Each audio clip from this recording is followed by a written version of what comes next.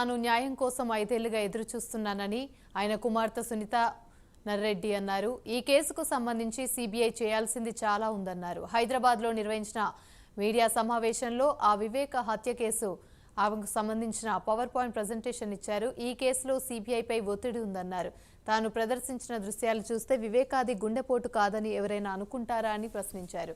హత్య జరిగిన రోజు రాత్రి, ఆ తర్వాత రోజు ఉదయం కాల్ డేటాతో పాటు గూగుల్ టేక్అవుట్ ఐపీడీఆర్ డేటాను సునీత వెల్లడించారు.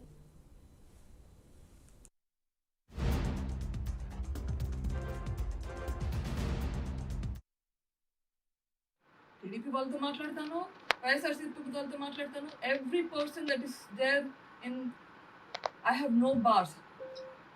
I can talk to anybody I want to. I am a human being. Who are you to say that I should not talk to anybody? Anybody who is in a position to make a difference.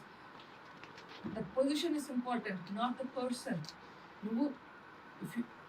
నీకు ఒక పదవి ఉంటే ఆ పదవిలో నీకు ఒక decision making capacity ఉంటే నీతో మాట్లాడడానికి నేను రెడీ. చీఫ్ మినిస్టర్గా నేను నీకు అపాయింట్మెంట్ అడిగాను. ఇన్ఫ్యాక్ట్ రిటర్న్ అఫీషియల్గా లెటర్స్ కూడా రాశాను, రెస్పాన్స్ లేదు. చీఫ్ మినిస్టర్గా నీ బాధ్యత ఇదేనా?